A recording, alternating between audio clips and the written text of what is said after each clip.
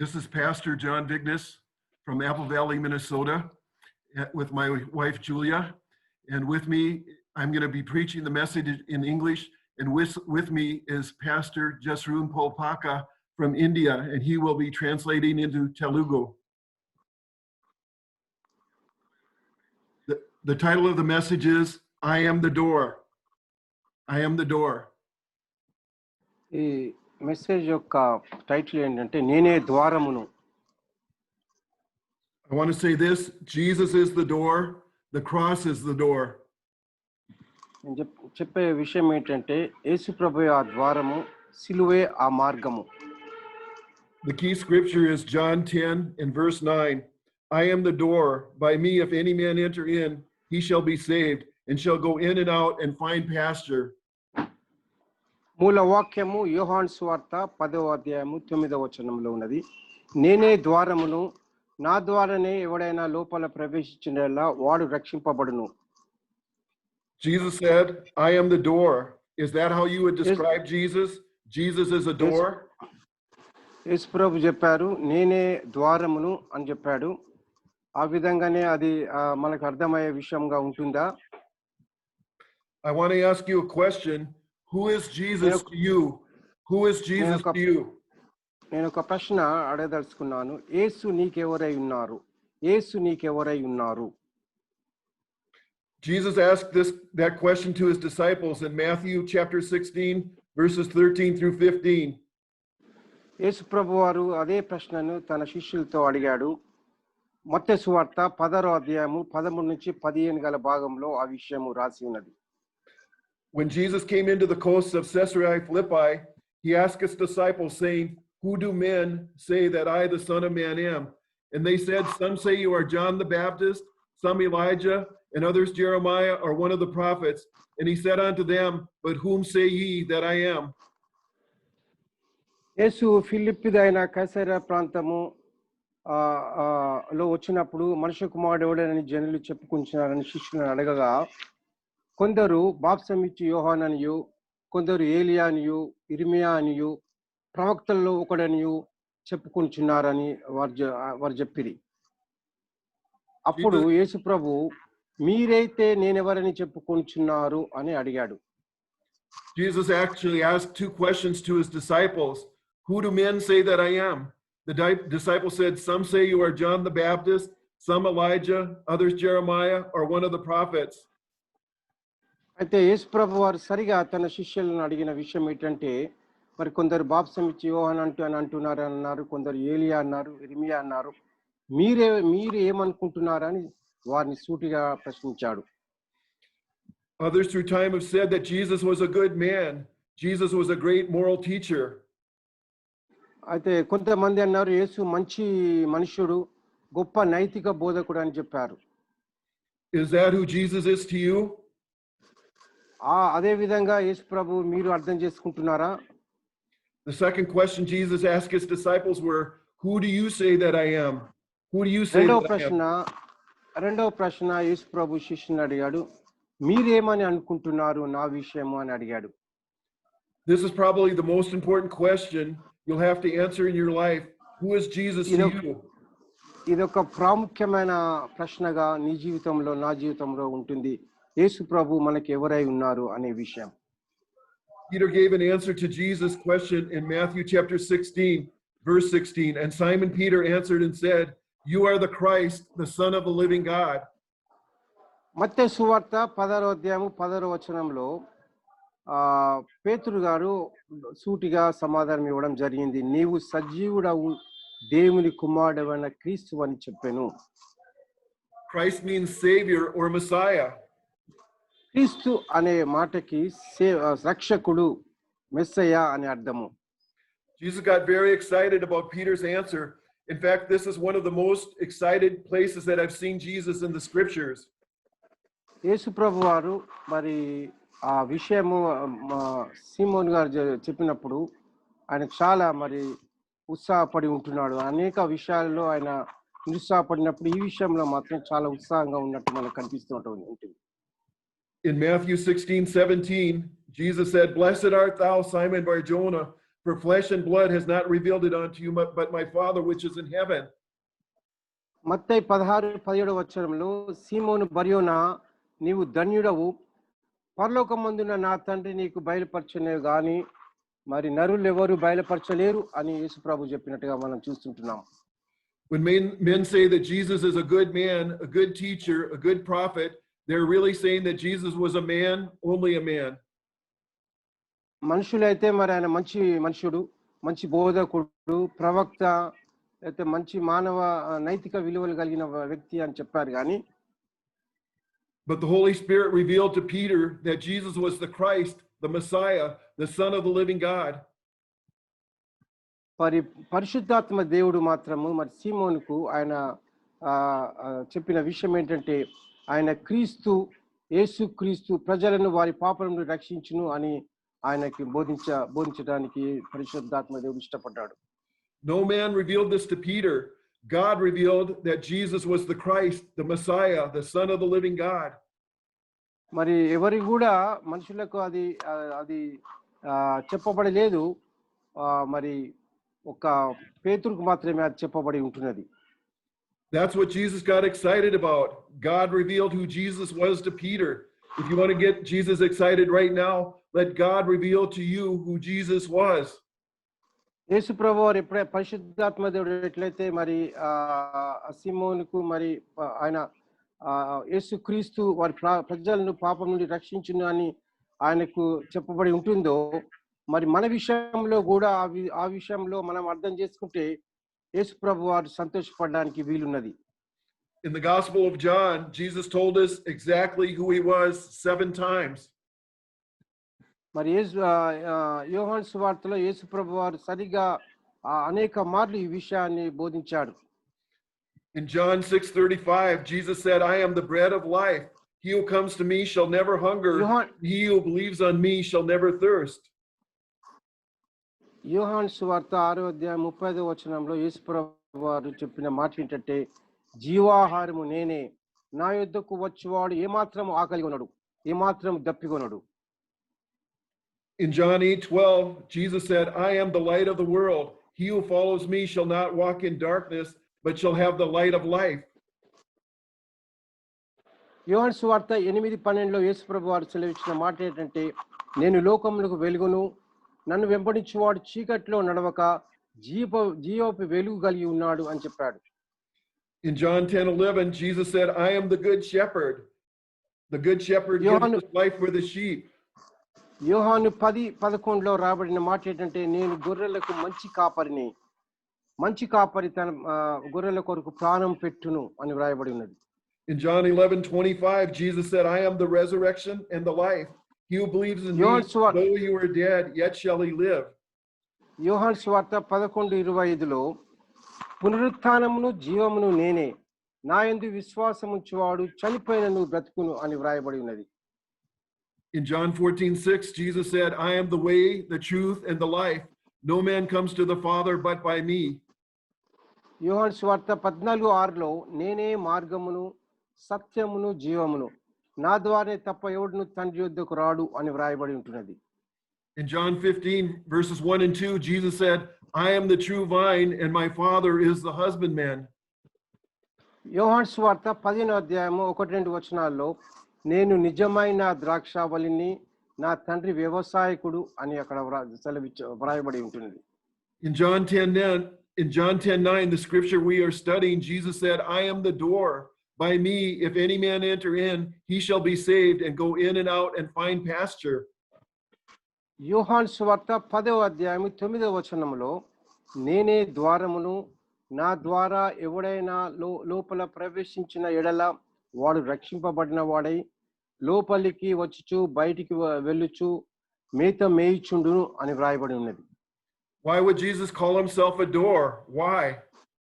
మరి యేసు ప్రభువారు ఎందుకు తనను తాను మరి ద్వారముగా ఆయన చెప్పుకున్నాడు? One day Jesus spoke of himself as bread. Why?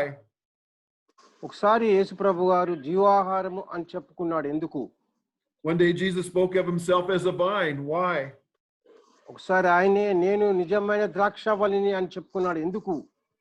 Here Jesus refers to himself as a door. Why? ఒకసారి ఆయన నేనే ద్వారమును అని చెప్పుకున్నాడు. ఎందుకు? Jesus is using the word door to describe himself as an illustration that is so exceedingly simple that everyone can understand it. ఆయన ఎందుకు నేనే ద్వారమును అని పలుమార్లు చెప్పుకున్నాడంటే అది ఈజీగా అందరికీ అర్థమయ్యే భాషలో ఉంటుంది అని భావనలో ఆ విధంగా నేనే ద్వారమును అని చెప్పుకున్నట్టుగా మనము అర్థం చేసుకుంటున్నాం. Everyone knows what a door is. You can't go any place without seeing a door. This morning you probably woke up and went through a door to the bathroom. You walked out a door as you left your home. You get into your car to drive somewhere through a door. మనకి సర్వసాధారణమైన విషయంగా మరి ఈ ద్వారము అనేది కనబడుతుంటుంది. మనం ఉదయకాలంనే bed నుంచి లేచినప్పుడు bathroom వెళ్ళడానికి ఒక మార్గం గుండా లోనికి వెళ్ళాలి. అట్నే కారు వెళ్ళడానికి ఆ డోర్ తీయవలసిన అవసరం ఉంటుంది. ప్రతి విషయంలో మనకు డోర్ అనేది సర్వసాధారణంగా కనబడుతూ ఉంటుంది. అందుకనే యేసు ప్రభు వారు మరి నేనే ద్వారమును అని మన అందరికీ అర్థమయ్యే భాషలో చెప్పి ఉంటాడు అని అనుకుంటున్నాను. We all know what a door is. Every time you see a door, Jesus wants you to remember him. He wants you to remember that he said, I am the door. మనము ఈ ద్వారము తెరిచినప్పుడల్లా మనం యేసు ప్రభువును గుర్తు చేసుకోవాల్సిన అవసరం ఉన్నది. ఎందుకంటే నేనే ద్వారమును ఆయన చెప్పి ఉన్నాడు కాబట్టి ప్రతి స్టెప్ లో ప్రతి విషయంలో ద్వారం తెరిచినప్పుడల్లా మరి యేసు ప్రభువును గుర్తు చేసుకోవాల్సిన అవసరం ఉన్నది. By Jesus saying, I am the door, he was saying the only way to be saved, the only way we can get to heaven is to confess our sins and put our faith and trust in Jesus and what he did at the cross. మరి యేసు ప్రభు వారు చెప్పే విషయం ఏంటి? నేను ద్వారమును అని చెప్పినప్పుడు వచ్చే అర్థం ఏంటంటే మరి ఆ ద్వారమున గుండానే మనం రక్షించబడాలి. ఆ ద్వారం గుండానే మన పాపములను ఒప్పుకోవాలి. ఆ ద్వారం గుండానే మనం నిత్య జీవానికి వెళ్ళవలసిన అవసరం ఉన్నది అనేది భావన. Is accepting Jesus the only way to get to heaven? Is Jesus the only way to eternal life? మరి ఆయన యందు విశ్వాసం ఉంచడం ద్వారా ఆయన యందు మనం నమ్మిక ఉంచడం ద్వారానే మనం నిత్య జీవానికి ప్రవేశించబడడానికి వీలున్నది. Notice in the scripture we're studying, Jesus said, I am the door. Jesus did not say, I'm one of many doors. Jesus said, I am the door. Jesus did not say, I am a door. Jesus said, I am the door. యేసు ప్రభు వారు మరి ఈ విషయాలు మనం గమనించినప్పుడు నేను అనేక ద్వారాల్లో నేను ఒకనని చెప్పలేదు. అనేక ద్వారాలు ఉన్నాయి మీరు వెళ్ళడానికి అని చెప్పలేదు. నేనే ద్వారము అని ఆయన నొక్కి వక్కానిచ్చినట్లుగా మనం గమనించగలం. Jesus said he was the door, meaning Jesus is the only door, meaning Jesus and what he did at the cross is the only way to salvation. So ద్వారము అనగానే యేసు ప్రభు వారే ద్వారము, ద్వారము అనగానే ఆయన ద్వారానే రక్షణ, ద్వారము అనగానే ఆయన ద్వారానే నిత్య జీవము అని మనము గ్రహించగలగాలి. In Acts 4:12 it says, neither is there salvation in any other, for there is none other name, that's the name of Jesus, under heaven among men whereby we must be saved. Doesn't this scripture say accepting Jesus is the only way to salvation? అపొస్తలుల కార్యములు 4వ అధ్యాయం 12వ వచనంలో మరి ఎవరి వలన రక్షణ కలగదు గాని ఈ నామముననే మనకు రక్షణ పొందవలను అనే మాట అక్కడ వ్రాయబడి ఉన్నది. పరలోకమందునను మరి భూలోకమందునను ఏ నామమున కూడా మనం రక్షించబడలేము యేసు ప్రభు నామములో తప్ప. In John chapter 3 and verse 36 it says, he that believes on the Son, that's Jesus, has everlasting life, and he who believes not on the Son shall not see life, but the wrath of God abides on him. Doesn't this scripture say accepting Jesus is the only way to salvation? యోహాను సువార్త 3:36లో కుమారుని యందు విశ్వాసముంచువాడే నిత్య జీవము గలవాడు, కుమారునికి విధేయుడు కానివాడు జీవము చూడడు గాని దేవుని ఉగ్రత వాని మీద నిలిచి ఉండును అని వ్రాయబడిన విధంగా మరి యేసు ప్రభువును మనము అంగీకరిస్తే తప్ప రక్షణకు వేరే మార్గం లేదని మనం గ్రహించడానికి వీలు లేదా? Jesus said, I am the door. Jesus is the only door. యేసు ప్రభు చెప్పారు నేనే ద్వారమును. నేనే మరొకసారి ఆయన చెప్పే మాట అంటే నేనే ద్వారము అని చెప్పారు ఆయన. This door is a bloody door. Let's look at a couple scriptures about the Passover. ఈ ద్వారము మరి రక్తముతో చిందించబడిన ద్వారము అని వ్రాయబడి ఉంటుంది. మనము కొన్ని విషయాలు మరి వాక్యం ద్వారా మనం గ్రహించగలుగుతాము.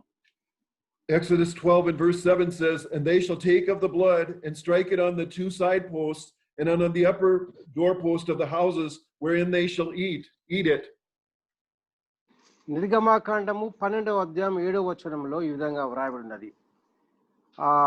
దాని రక్తము కొంచెం తీసి ఇండ్ల ద్వారపు బంధపు నిలువు కమ్ముల మీదను పై కమ్మి మీదను చల్లి ఆ రాత్రియే వారు అగ్ని చేత కాల్చబడిన ఆ మాంసమును పొంగని రొట్టెలను తినవలెను. Exodus 12:13 says, "And the blood shall be to you a token upon the houses where you are, and when I see the blood I will pass over you, and the plague shall not be upon you to destroy you while I smite the land of Egypt."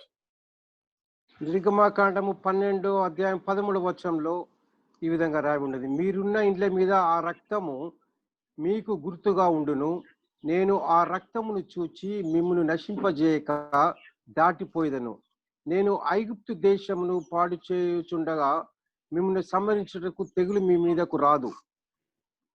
The lamb that was slain points to Jesus. The blood on the doorpost pointed to the blood of Jesus.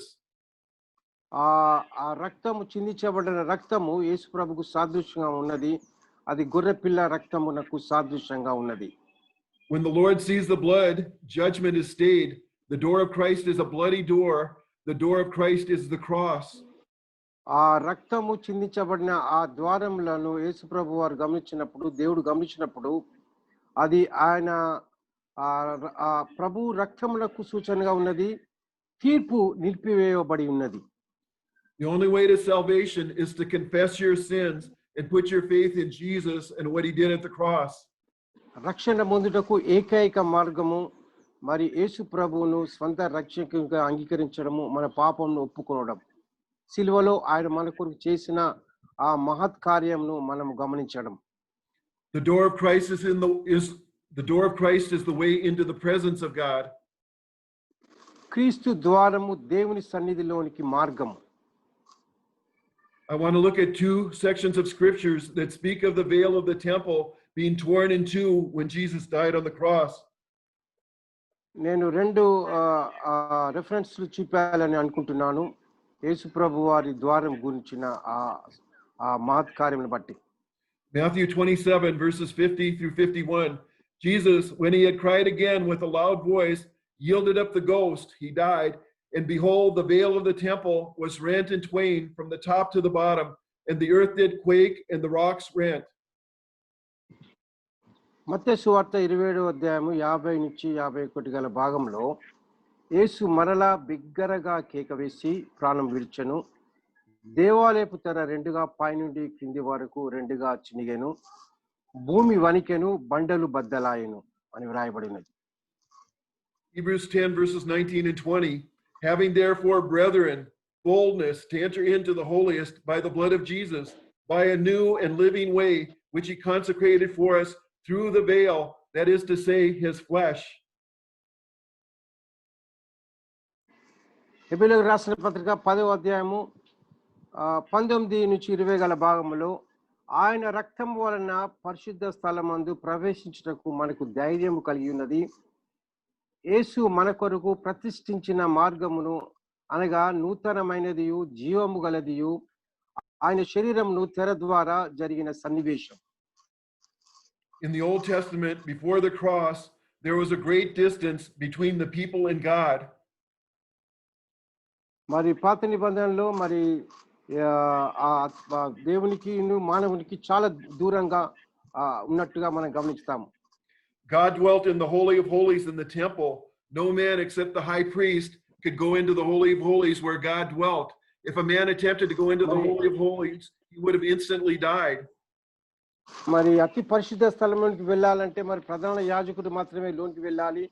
మరి సాధారణ మానవునికి ఎంత మాత్రం అక్కడ వీలు లేదు. అది అతి పరిశుద్ధ స్థలములో ఎంత మాత్రం కూడా సామాన్య మానవునికి యాక్సెస్ లేకుండా ఉండి ఉన్నది. The high priest could only go into the Holy of Holies once a year on the great day of atonement. And he had to go in twice with the blood of the sacrifice, once for his sins and then once for the sins of the people.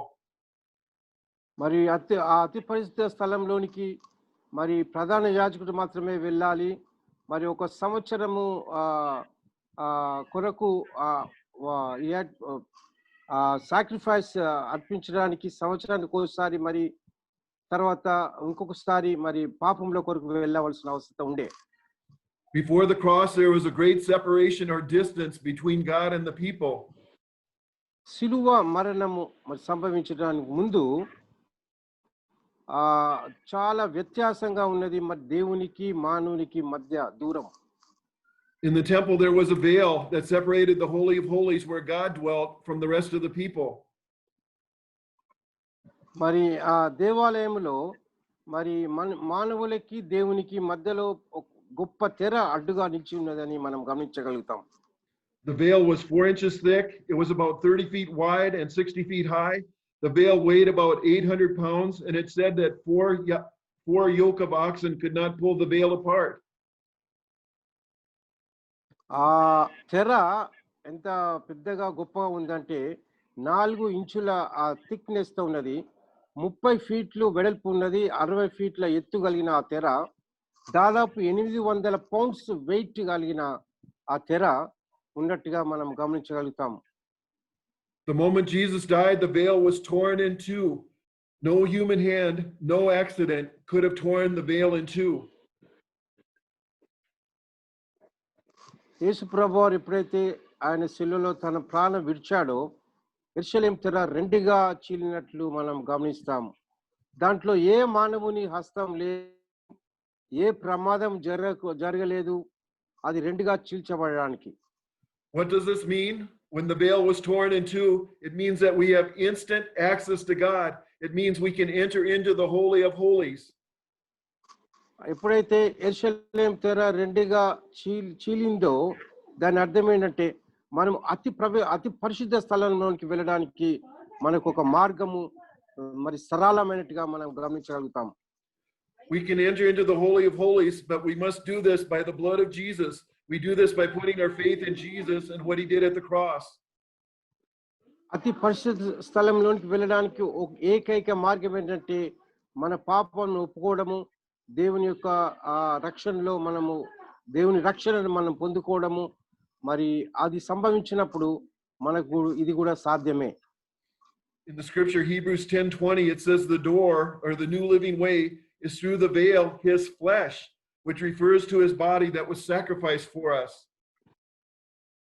మరి హెబ్రీయులకు రాసిన పత్రిక 10:20లో రాయబడి ఉన్నది ఏంటంటే అది ఆయనే ద్వారము, అది ఒక కొత్త నూతన జీవనమైన మార్గము. ఆ యొక్క తెర చినిగిపోవడం ద్వారా ఆయన శరీరము రెండుగా చీల్చబడింది. అది మన కొరకు రక్షణార్థమై అది మన కొరకు మరి సాక్రిఫైస్ చేయబడినట్టుగా మనం గమనించగలుగుతాం. You should get excited about that. The veil was ripped in two. Jesus is the door. The cross is the door that leads us into the presence of God.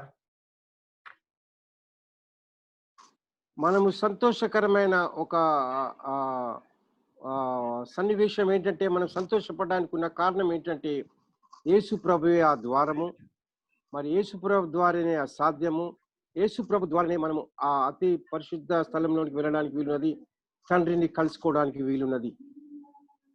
I want you to know that there's many doors that you can walk through in this life, but there's only one door that leads to eternal life. There's only one door that leads to heaven. That door is Jesus. Jesus said, I am the door.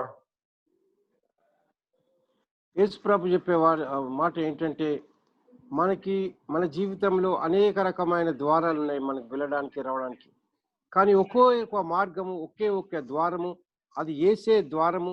ఆ ద్వారం గుండా మనకు వెళ్ళినప్పుడు మాత్రమే మనం పరలోక రాజ్యం చేరుకోవడానికి వీలున్నది. In Matthew chapter 7, verses 13 through 14, it says, enter you in at the straight gate, for wide is the gate and broad is the way that leads to destruction, and many there be that which go in thereat, because straight is the gate and narrow is the way which leads on to life, and few there be that find it. మత్తయి సువార్త 7వ అధ్యాయము 13-14 వచనాల్లో ఈ విధంగా వ్రాయబడినది.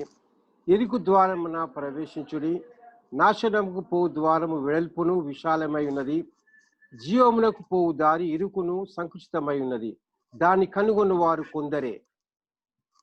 There are many doors in life that you can walk through, but all but one will lead to destruction. అయితే మన జీవితంలో అనేక రకమైన ద్వారాలు మనకున్నాయి, కానీ ఆ ద్వారాల గుండా వెళ్ళినప్పుడు మనం నాశనమే మనకు మార్గంగా ఉంది. Only one leads to salvation. Jesus said, I am the door. That's why it says, straight is the gate and narrow is the way that leads to life. ఒకే ఒక ద్వారము, అదే యేసు ద్వారము. ఆ ద్వారం గుండా వెళ్ళినప్పుడు మాత్రమే మనకు పరలోక రాజ్యంకు వెళ్ళవలసిన వారంగా ఉంటాము. వేరే ద్వారం గుండా వెళ్తే మనము నరకానికి పాత్రలం ఉంటాము. Is the church you go to the door? Is the Catholic Church the door? Is the Lutheran Church the door? No church is the door. Jesus is the door. మరి క్యాథలిక్ చర్చికి వెళ్ళినంత మాత్రాన అది మార్గంగా ఉండదు కొన్నిసార్లు. మరి లూథరన్ చర్చి వెళ్తే మాత్రం అది మరి అది ఆ ద్వారం కాకుండా ఉండవచ్చు బహుశా. కానీ యేసు ప్రభు ద్వారా వెళ్తే తప్ప మరి మనకి పరలోక రాజ్యానికి మనం వారసులుగా ఉండజాలము అనే విషయాన్ని మనం గుర్తెరగాలి. Is any man the door? Is the Pope the door? Is Buddha the door? Is Muhammad the door? No man is the door. Jesus is the door. ఈ లోకంలో ఉన్న అనేక మందిని మనం గమనించినప్పుడు వారెవరు కూడా మరి ద్వారాలుగా ఉన్నారా అంటే ఎవరు కూడా లేరు. మరి పోపు ద్వారమా అంటే కాదు. మరి ఒకళ్ళు బుద్ధ ద్వారంగా ఉంటాడా, మరి మహమ్మద్ ఉంటారా, లేకపోతే ఒక మానవుని ద్వారా మనం వెళ్ళగలుగుతామా అనే విషయాలు మనం గమనించినప్పుడు మనం అర్థం చేసుకోవాల్సిన అంశం ఏంటంటే యేసు ప్రభు వారు మాత్రమే ద్వారము అని మనం గుర్తెరగాలి. Is any ceremony or ritual of the church the door? Is communion the door? Is water baptism the door? No, Jesus is the door. మరి బాప్టిజం తీసుకుంటే మరి మార్గంగా ఉంటుందా మనకు, లేకపోతే లార్డ్ సప్పర్ తీసుకుంటే మనకు దేవునికి మనకు సమీపంగా ఉంటామా అనే విషయాలు మనం ఆలోచించినప్పుడు మరి యేసు ప్రభు ద్వారా వెళ్తే తప్ప మరి మనం పరలోక రాజ్యానికి చేరలేము అనే విషయాలను మనం గుర్తెరగాలి. Is the family you were born in the door? Is your race or genetics the door? No, Jesus is the door. మరి ఒకవేళ మన కుటుంబం ద్వారా మనం ఈ లోకానికి వచ్చినప్పుడు అది దేవునికి మార్గంగా ఉంటుందా, లేదా మన వంశ పారంపర్యం ద్వారా మనకి సంక్రమించిన విషయాల ద్వారా ఆయన మార్గంలో వెళ్ళగలుగుతామా అంటే కానే కాదండి. యేసు ప్రభు ద్వారా మాత్రమే మనం ప్రభు సన్నిధికి చేరగలము. Are you the door? Are your good works the door? Is the way that you live your life the door? No, Jesus is the door. మరి నీ మంచి క్రియలు మరి అది దేవునికి మరి మంచి మార్గంగా ఉంటున్నాయా, లేకపోతే మనం చేసే పనులు దేవునికి ఇష్టంగా ఉంటున్నాయా? అది కాదు, కానీ మనం యేసు ప్రభు ద్వారా తప్ప ఆయన యొక్క మార్గములు వెళ్తే తప్ప మనం పరలోకానికి వెళ్ళజాలము. Any person can go through a door. It's a simple operation. It can be done in the twinkling of an eye. It's not a long operation. రెప్పపాటులో మరి మనము కూడా యేసు ప్రభు దగ్గరికి వెళ్ళడానికి వీలున్నది. అంత సమయం చాలు. మరి అది చాలా సులువుగా చేయవలసిన పని ఏంటంటే మరి మనము యేసు ప్రభును అంగీకరించడం, మన పాపాల కొరకు ప్రాయశ్చిత్తపడడం. A crawling toddler can go through the door. A child can go through the door. A man or woman on crutches can go through the door. మరి దేవుని దగ్గరికి వెళ్ళాలంటే ఒకవేళ అంబాడి కూడా దేవుని దగ్గరికి వెళ్ళవచ్చును, లేకపోతే కర్రల సాయంతో నడవలేని పరిస్థితుల్లో ఉన్నవారు కూడా ఆ ద్వారం వద్దకు వెళ్ళడానికి సులువుగా వీలున్నది అనే విషయాన్ని మనం గుర్తించవలసిన అవసరం ఉన్నది. Jesus is the door we must go through, and we must do this by putting our faith in Jesus and what he did at the cross. మరి యేసు ప్రభువును యేసు ప్రభు మీద నమ్మకం ఉంచడం ద్వారా ఆయన సిలువలో మన కొరకు చేసిన మహత్ కార్యాన్ని మనము అంగీకరించడం ద్వారా ఆయన మార్గం గుండా ఆయన పరిశుద్ధ స్థలంలోనికి వెళ్ళడానికి వీలున్నది. God wants everyone to go through the door. Jesus is the door. The door is open to all. దేవుడు మరి అందరినీ కూడా ఈ మార్గం గుండా రావాల్సిందిగా ఆయన ఇష్టపడుతున్నాడు. ఆ ద్వారం ఎవరనగా యేసు ప్రభువు వారు మాత్రమే. In 1 Timothy chapter 2 verses 3 and 4, it says this, "For this is good and acceptable in the sight of God our Savior, who will have all men to be saved and come to the knowledge of truth." మొదటి Timothy 2వ అధ్యాయం 3-4 భాగాలలో ఈ విధంగా రాయబడినది. ఇది మంచిదియు మన రక్షకుడగు దేవుని దృష్టికి అనుకూలమై ఉన్నది. మనుషులందరూ రక్షణ పొంది సత్యమును గూర్చిన అనుభవ జ్ఞానము గలవారై ఉండవలనని ఇచ్చయించుచున్నాడు. This tells us who can use the door. Any man can enter in, but they must come in by Jesus. దీని ద్వారా మనం అర్థం చేసుకున్న విషయం ఏమిటంటే ఎవరైనా కూడా యేసు ప్రభు వారి యొద్దకు రావచ్చును. In our key scripture, John 10:9, Jesus said, I am the door. By me, if any man enter in. మరి మూల వాక్యంలో చెప్పబడిన రీతిగా యోహాను సువార్త 10వ అధ్యాయం 9వ వచనంలో నేనే ద్వారమును, నా ద్వారానే తప్ప ఎవరిని కూడా తండ్రి యొద్దకు రాజాలరు అని వ్రాయబడి ఉంటున్నది. Jesus did not say only the rich and powerful can enter in. Jesus said any man can enter in, but it must be by me. యేసు ప్రభువారు బలవంతుడు ఈజీగా రావచ్చు అని చెప్పలేదు, లేకపోతే ఏదో బ్యాక్గ్రౌండ్ ఉన్న వాళ్ళు రావచ్చు అని చెప్పలే, కానీ నా ద్వారానే రావాల్సి ఉంటున్నది అని ఆయన చెప్పాడు.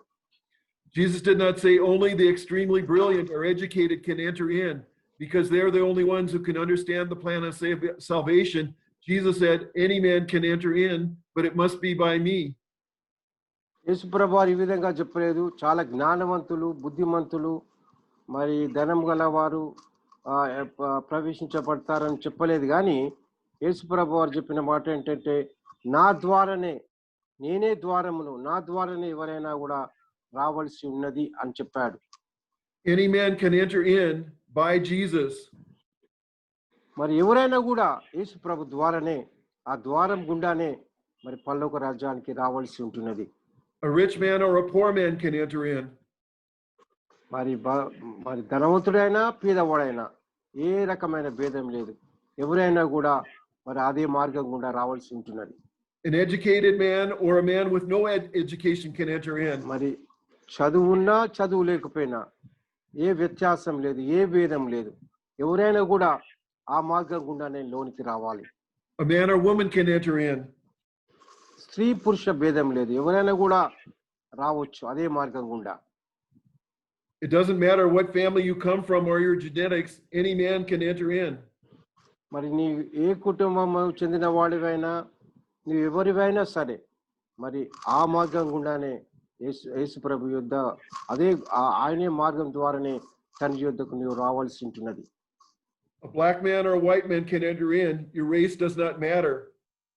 మరి నల్ల జాతి అయినా తెల్ల జాతి అయినా, మరి పొట్టుగున్నా పొడుగున్నా ఎవరైనా కూడా ఏ భేదం లేదు, దేవుని యొద్దకు మరి యేసు ప్రభు ద్వారానే రావాలి. A good man or a bad man can enter in. An alcoholic can enter in. A drug addict can enter in. A criminal can enter in. మరి మంచివాడు అయినా చెడువాడైనా, మరి త్రాగుబోతైనా, మరి మత్తు పదార్థాల బానిస అయినా కూడా మరి ఎంటర్ కావడానికి అదే మార్గం గుండా వీలున్నది. It does not matter what you think of yourself, you can enter in. మరి మన ఆలోచన ద్వారా, మనం చేసే పని ద్వారా మనము ఆ పని చేయజాలని, కానీ మరి యేసు ప్రభును అంగీకరించడం ద్వారా మన పాపాలకు ప్రాయశ్చిత్తం పొందడం ద్వారానే అది వీలున్నది. It doesn't matter what others think of you, you can enter in. All can enter in, but it must be by Jesus. మరి ఇది ఎవరు ఏ విధంగా ఏ పనులు ఎట్లా ఎంటర్ అవుతారు అనేది అది సమస్య అది కాదు, కానీ మరి యేసు ప్రభు ద్వారానే మనము లోనికి వెళ్ళవలసిన అవసరం ఉన్నది. There's no character test to go through the door of Jesus. You don't have to prepare yourself to go through the door. You don't have to clean yourself up or get right to go through the door. ఆ మార్గం గుండా వెళ్ళాలంటే నిన్ను నీవు శుద్ధి చేసుకోవాల్సిన అవసరం ఏం లేదు, నిన్ను నీవు పవిత్రపరచుకోవాల్సిన అవసరం ఎంత మాత్రం లేదు. Jesus takes each person just as he is. He doesn't have to feel this or that. He doesn't have to be this or that. He doesn't have to do this or that. యేసు ప్రభువారు అని చెప్పే మాట ఏంటంటే మనము ఏది అనుకున్నామో ఏది చేస్తున్నామో అది కాదు, కానీ లేకపోతే ఎట్లా ఏ విధంగా ఉండాలి, ఏ విధంగా చేయాలి అనే విషయాలు ఎంత మాత్రం కాదు, కానీ మరి ఒకవేళ ఇట్లా ఉండాలి అట్లా ఉండాలి, లేకపోతే ఈ పరిస్థితుల్లో ఉంటేనే మనం ఆ మార్గానికి వెళ్ళవలసి ఉంటున్నది అనే ఏమి అక్కడ ఏ రకమైన క్రైటీరియా లేదు. He can come as he is, but he must come through Jesus. అది మనం ఉన్న పాటునే దేవుని యొద్దకు రావాల్సిన వారమై ఉంటున్నాము. మరి అది కూడా యేసు ప్రభు ద్వారానే మనం వెళ్ళవలసిన అవసరం ఉన్నది. After you put your faith and trust in Jesus and what he did at the cross, the Holy Spirit will come into your life and give you victory in your daily walk. నువ్వు యేసు ప్రభు మీద విశ్వాసం ఉంచి ఆయన నమ్మకం మీద మీరు గట్టి విశ్వాసం ఉన్న ఎడల సిలువలో ఆయన మన కొరకు చేసిన ఆ మహత్ కార్యాన్ని మనము గుర్తు చేసుకున్నప్పుడు మరి అది మనకు విజయాన్ని ఇవ్వడానికి వీలున్నది. It seems that there are at least two big obstacles that prevent many from going through the door. ఈ ద్వారం గుండా వెళ్ళకుండా ఉండడానికి రెండు ముఖ్యమైన అడ్డంకులుగా ఉన్నట్టు నేను గమనిస్తుంటున్నాను. One is good works. Good works can stop you from going through the door. This one had me before I got saved. I felt if my good works outweighed my bad at the end of my life, I'd go to heaven. So అందరు అనుకున్నట్టుగానే ఈ మంచి క్రియల ద్వారా మనం దేవుని వద్దకు వెళ్ళవచ్చును అని అనుకుంటున్నాం. కానీ అది ఎంత మాత్రం కాదు. నేను కూడా రక్షించబడడానికి ముందుగా నేను కూడా అదే అనుకున్నాను. నేను మంచి పనులు చేస్తే, మంచి కార్యాలు చేస్తే నేను దేవుని యొద్దకు వెళ్తాను అని అనుకున్నాను. కానీ అది ఎంత మాత్రం కాదు. An enormous load of good works can prevent us from going through the door because we think our good works will justify us before God. So మనం అనేక మంచి కార్యం చేయడం ద్వారా, మంచి క్రియలు చేయడం ద్వారా పరలోక రాజ్యానికి వెళ్తాము, లేదా దేవుని యొద్దకు వెళ్తాము అని అనుకుంటాం. కానీ అది ఆ దేవుని యొక్క అవి కారణం మన మంచి పరిస్థితులు మంచి కారణంగా ఉంటాయి అని భావిస్తాం. కానీ అది ఇంత మాత్రం కాదు. No, our good works will not justify us before God. We must go through the door. Jesus is the door. మన మంచి క్రియలు ఎంత మాత్రం కూడా అవి పనికి జాలవు. మన నీతి క్రియలు అన్ని కూడా మురికి గుడ్డ వంటివి అని రాయబడి ఉన్నట్టుగా మరి మన మంచి పనులు ఏ విధంగా కూడా మనకు ఉపయోగకరంగా ఉండవు. The second obstacle is pride. Pride can stop you from going through the door. The Bible says there are 7 sins which God hates. God hates all sin, but these are the top of his list. రెండవ అడ్డంకి, ప్రధానమైన అడ్డంకి ఏంటంటే గర్వము. మరి గర్వము ఎప్పుడైతే మనిషికి వస్తుందో అదొక అడ్డంకిగా దేవుని సన్నిధికి వెళ్ళకుండా దేవుని ద్వారాన్ని మనం గుర్తించకుండా ఉండడానికి అది ఉపయోగపడుతుంది. Proverbs chapter 6 verses 16 through 19. These 6 things does the Lord hate. Yea, 7 are an abomination to him: a proud look, a lying tongue, and hands that shed innocent blood, a heart that devises wicked imaginations, feet that be soft and running to mischief, a false witness that speaks lies, and he who sows discord among the brethren. సామెతలు 6వ అధ్యాయము 16-18 గల భాగంలో మరి హేయమైన 7 కార్యాలు అక్కడ రాయబడి ఉన్నాయి. యెహోవాకు అసహ్యమైనవి 6 కలవు, 7ను ఆయనకు హేయములు. మొదటిది అహంకార దృష్టి, అబద్ధములాడు నాలుక, నిరపరాధులను చంపు చేతులను, దుర్యోచనలు యోచించు హృదయమును, కీడు చేయుటకు త్వరపడు పాదములు, అబద్ధపు సాక్ష్యము, అన్నదమ్ములలో జగడములు పుట్టించువాడు. ఇవన్నీ కూడా దేవునికి మరి అడ్డంకిగా ఉంటున్నాయి. See, a proud look, pride is at the top of God's list. ఇవన్నీ గమనించినప్పుడు గర్వము అనేది లిస్ట్ లో అన్నిటికంటే ప్రథమంగా రాయబడి ఉంటున్నది. Basically, pride says my way is better than God's way or anyone else's way. It doesn't matter what God thinks, I'm going to do it my way. It doesn't matter what the Bible says, I'm going to do it my way. It's my way or the highway, so to speak. ప్రాముఖ్యంగా గర్వం అనేది ఏ విధంగా మనలో పనిచేస్తుంటుందంటే, నేను ఆలోచన దేవుని ఆలోచన కంటే మంచి ఆలోచన, నేను వెళ్ళే మార్గము దేవుని ఆ మార్గం కంటే మంచి మార్గం, నేను నేను చేసే పని దేవుడు చేసే పని కన్నా అది గొప్పగా ఉంటుంది అనే ఆ మాటలు మనల్ని చాలా మరి దేవునికి దూరంగా ఉంచుతున్నాయి అనే మాట గర్వం ద్వారానే సంక్రమిస్తూ ఉంటుంది. No, Jesus said, I am the door. యేసు ప్రభు వారు చెప్పేది ఏంటంటే నేనే ద్వారమును. The apostle Paul was full of pride before he got saved. మరి పౌలు గారు కూడా రక్షించబడడానికి ముందు ఆయన కూడా గర్వాంధుడుగా ఉన్నట్టు మనం గమనిస్తాం. These were Paul's credentials which he prided himself in before he got saved. మరి పౌలు గారికి ఉన్న అనేక మంచి క్రెడెన్షియల్లో మరి ఇవన్నీ కూడా మనము గమనిస్తాం. ఫిలిప్పీలకు రాసిన పత్రిక 3వ అధ్యాయం 4-6 వచనాల్లో ఆ మాట వ్రాయబడి ఉంటున్నది. Philippians chapter 3, verses 4 through 6. Though I might Yeah. also have confidence in the flesh, if any other man thinks he has whereof he might trust in the flesh, I more. ఫిలిప్పీలకు రాసిన పత్రిక 3వ అధ్యాయం 4-6 వచనాల్లో పౌలు గారు చెప్పిన మాట ఏంటంటే, శరీరమును ఆస్పాదము చేసుకొనవచ్చును, నేనే ఇతరుల కంటే ఎక్కువగా ఆస్పాదం చేసుకొనవచ్చును, నేను ఎక్కువగా అతిశయపడడానికి వీలున్నది అని అక్కడ రాయబడి ఉన్నది. Paul is saying, if you want to brag, I have more things I can brag about. I have more things I can be proud about. ఒకవేళ గర్వపడాలంటే నేనే అనేక విషయాల్లో గర్వపడడానికి వీలున్నది, అనేక విషయాలు నాకున్నాయి చెప్పడానికి అని పౌలు గారు చెప్పారు. Circumcised the 8th day of the stock of Israel of the tribe of Benjamin, a Hebrew of the Hebrews, as touching the law of Pharisee, concerning zeal, persecuting the church, touching the righteous, which is the law, blameless. 8వ దినమందు సున్నతి పొందితిని, ఇశ్రాయేలు వంశపు వాడిని, బెన్యామీను గోత్రములో పుట్టినవాడిని, హెబ్రీయుల సంతానమైతిని, ధర్మశాస్త్రము విషయములో పరిసయుడనైతిని, ఆసక్తి విషయంలో మరి నేను సంఘమును హింసించువాడనై, ధర్మశాస్త్రమందు నీతి విషయమై అనిందుడనైతిని అనే విషయాలు పౌలు గారు అక్కడ చెప్పారు. Before Paul got saved, before Paul walked through the door, he was full of pride and it almost cost him his soul. పౌలు గారు రక్షించబడడానికి ముందుగా ఇవన్నీ కూడా ఆయనను ఈ విషయాలన్నీ కూడా ఆయనను బాధించినట్టుగా మనం గమనిస్తాం. ఆయన ఎప్పుడైతే రక్షింపబడ్డాడో మరి ఆయన యేసు ప్రభు ద్వారాన్ని ఆయన కనుగొనడానికి వీలున్నది ఎప్పుడైతే వీటన్నిటిని ప్రక్కకు పెట్టాడో. Before Paul got saved, before Paul walked through the door, Paul believed he was right. Look at his credentials.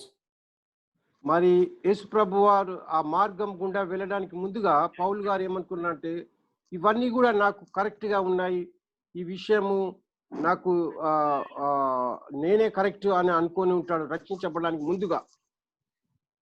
In fact, Paul felt he was so right that he persecuted Christians that didn't believe like he did. మరి నిజానికి పౌలు చాలా చాలా సరిగానే ఉన్నాడు. ఎందుకంటే మరి ఆయన క్రైస్తవులను అనేకులను హింసించాడు. ఎందుకంటే అది యేసు ప్రభువాన్ని స్వంత రక్షకునిగా అంగీకరించడానికి ముందుగా. Was Paul right about what he believed? No. He was so full of pride that he could not see Jesus. He was so full of pride that he could not walk through the door. మరి పౌలు గారు మరి రక్షించడానికి ముందుగా ఆయన ఇవన్నీ నమ్మిక ఉంచాడు వీటన్నిటి మీద అంటే లేదు. ఎందుకంటే ఆయన గర్వాంధుడై ఉన్నాడు. ఆయన యేసు ప్రభువును తెలియక ఉన్నాడు. ఆయన గర్వంతో నింపబడి ఉన్నట్టుగా మనం గమనిస్తాం.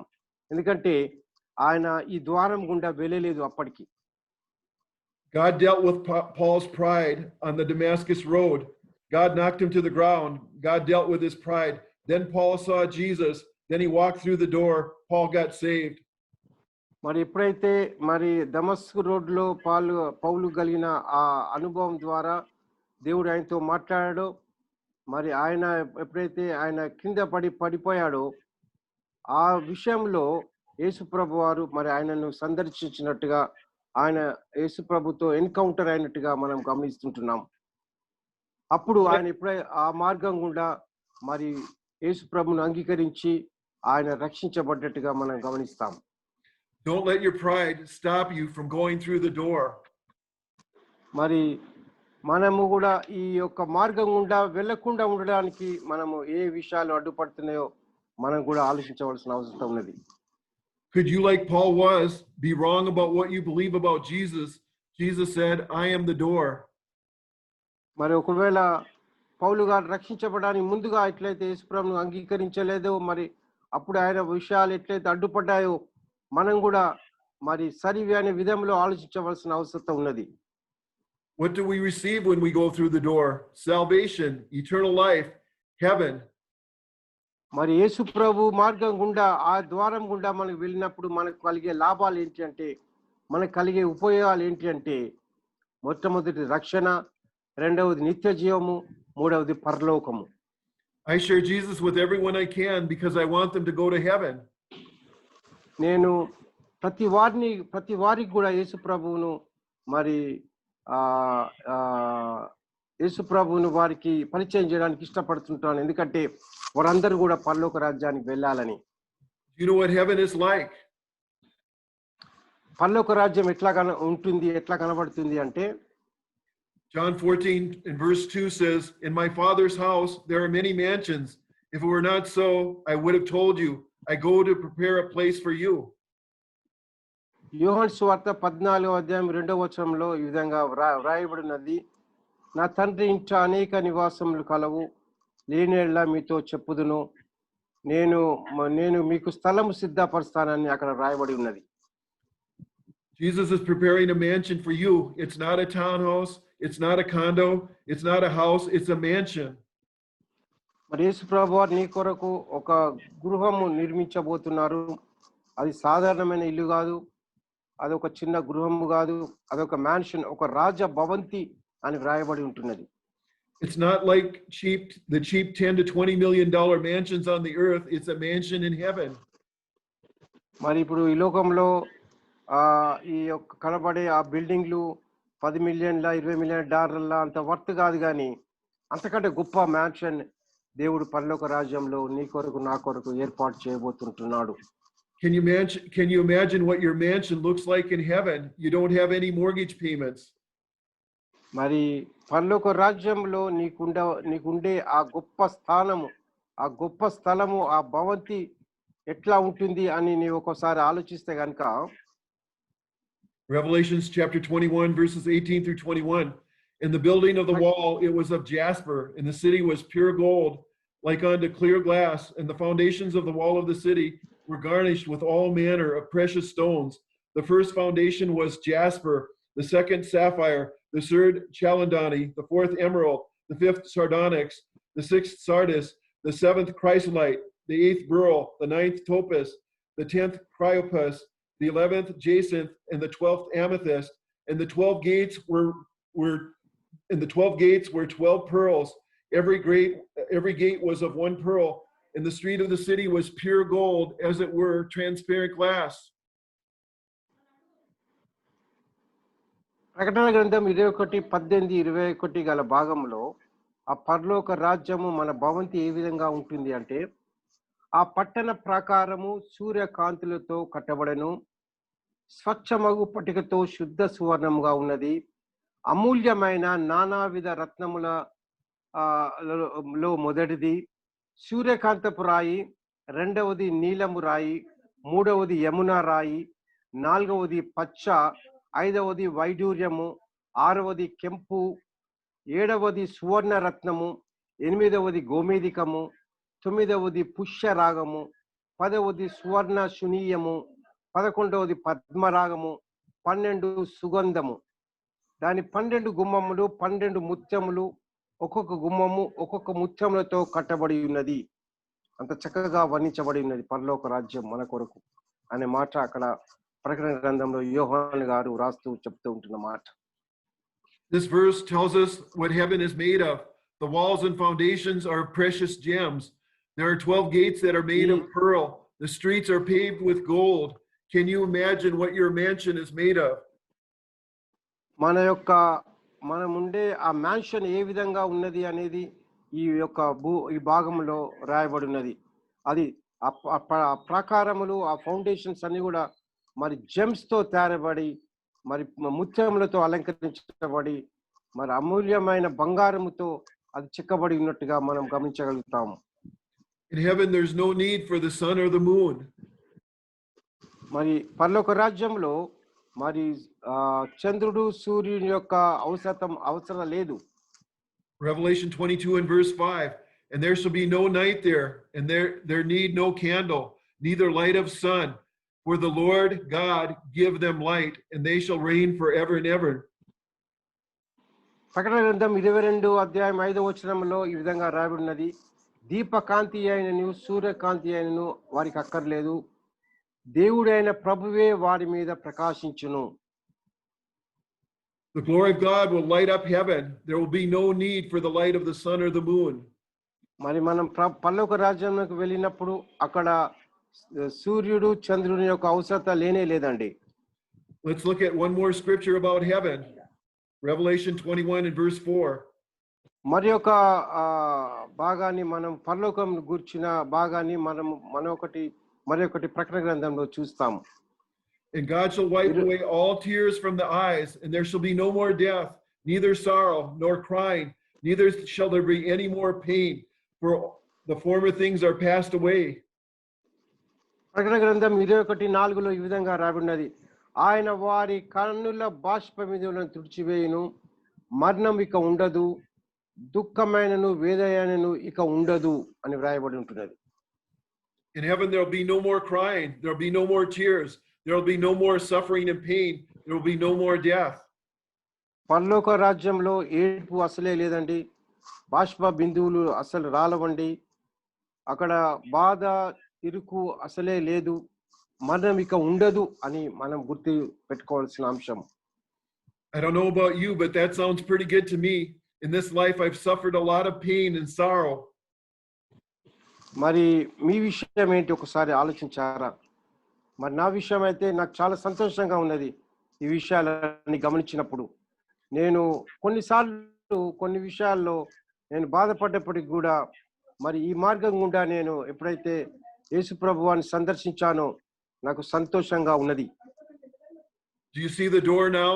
Jesus is the door. మరి ఆ ద్వారము నీవు గమనించావా? యేసు ప్రభువారు మాత్రమే ఆ ద్వారము. The thing about a door is you have to go through the door to receive the benefits on the other side. దాంట్లో మనం గుర్తించవలసిన అంశం ఏంటంటే ఆ మార్గం గుండానే వెళ్తే తప్ప మనకి ఏ రకమైన ప్రయోజనం దొరకదు. Some people just look at the door, they praise the door saying, "This is a fine door," yet they don't go through the door. కొంతమంది కొన్ని ద్వారం చూస్తారు, ఇది చాలా బాగుంది, ఈ ప్రవేశం బాగుంది అంటారు, కానీ దాంట్లో వాళ్ళు ప్రవేశించరు. There are people that have heard the gospel preached, it tugged at their hearts. They saw Jesus the door, but they never entered in. కొంతమంది దేవుని వాక్యం వింటారు, సువార్త వింటారు, కానీ దాంట్లో ప్రవేశించరు. Jesus said, "I am the door." It's not enough just to look at the door, you have to go through the door. యేసు ప్రభువు వారు చెప్పిన మాట అంటే నేనే ద్వారమును, ఆ ద్వారం వచ్చి చూడకూడదు కానీ ద్వారం కూడా ప్రవేశించాలి అని ఆయన చెప్పాడు. Some people occasionally knock at the door. They tell me they've prayed to God, they've sought salvation, they knocked on the door, but they did not enter in. కొంతమంది అప్పుడప్పుడు ఆ ద్వారం వద్దకు వస్తారు, కొన్నిసార్లు ఆ ద్వారం తడతారు, కొన్నిసార్లు ఆ ద్వారం గుండా వెళ్ళడానికి ఇష్టపడతారు, కానీ ఆ ద్వారం గుండా లోనికి వెళ్ళరు వాళ్ళు. Jesus said, "I am the door." It's not enough to just knock at the door, you have to go through the door. యేసు ప్రభువు చెప్పారు, నేనే ద్వారమును, మీరు ద్వారాన్ని తట్టకూడదు కానీ ద్వారం గుండా లోనికి తప్పకుండా రావాలి అని ఆయన ఇష్టపడుతుంటున్నాడు. Some people just sit on the doorstep. They hear gospel message after gospel message. If you do nothing more than listen to the message, you're just sitting on the doorstep. కొంతమంది ఆ ద్వారం వద్దనే ఉంటారు, వాక్యం వింటూ ఉంటారు, సువార్త మళ్ళీ మళ్ళీ వింటారు, కానీ వాళ్ళు ఆ ద్వారం గుండా లోనికి ప్రవేశించరు. Jesus said, "I am the door." It's not enough to sit on the doorstep, you have to go through the door. యేసు ప్రభువు చెప్పారు, నేనే మార్గమును, నేనే ద్వారమును, మీరు ద్వారం వద్దనే కూర్చుండకూడదు, ద్వారం నుండి లోనికి రావాల్సినదే అని ఆయన ఇష్టపడుతుంటున్నాడు. Doors are everywhere. From now on, every time you see a door, remember Jesus is the door. He's preaching a little sermon to you. Jesus will meet you wherever you are. ఇప్పుడు మనం గుర్తించుకోవాల్సిన అంశం ఏంటంటే ద్వారములు అనేకములు అంతటా ఉన్నాయి. ఆ ద్వారం చూచినప్పుడల్లా యేసు ప్రభు వారి ద్వారం మనకు గుర్తుకు రావాలి. యేసు ప్రభు వారి ద్వారం గుండా మనం లోనికి వెళ్ళవలసిన అవసరతను, ఆవశ్యకతను మనం గుర్తెరగాలి. He'll plead with you, "I am the door. Go through the door before it's too late." యేసు ప్రభు వారు చెప్పారు, నేనే ద్వారమును, ఆ ద్వారం గుండా ప్రవేశించండి, ఇంకా ఆలస్యం ఎంత మాత్రం చేయబాకండి. Jesus became the door when he died on the cross. Jesus became the door when he died on the cross. యేసు ప్రభు వారే ఆ ద్వారంగా ఉన్నారు. ఎందుకంటే ఆయన ఎప్పుడైతే సిలువలో మన కొరకు చనిపోయారో యేసు ప్రభు వారే ఆ ద్వారము. ఎందుకంటే ఆయన మన కొరకు సిలువలో తన ప్రాణం పెట్టారు. యేసు ప్రభు వారే ఆ సిలువ ద్వారము. ఆయనే ద్వారము. ఎందుకంటే ఆయన మన కొరకు నిత్య జీవాన్ని మరి ఒక మ్యాన్షన్ మన కొరకు ఆయన కట్టబోతున్నారు. Jesus is the door, come through the door. Jesus is the door, come through the door. యేసు ప్రభు వారే ద్వారము. ఆయన ద్వారం గుండానే మనం లోనికి వెళ్ళాలి. యేసు ప్రభు వారు మాత్రమే ద్వారము.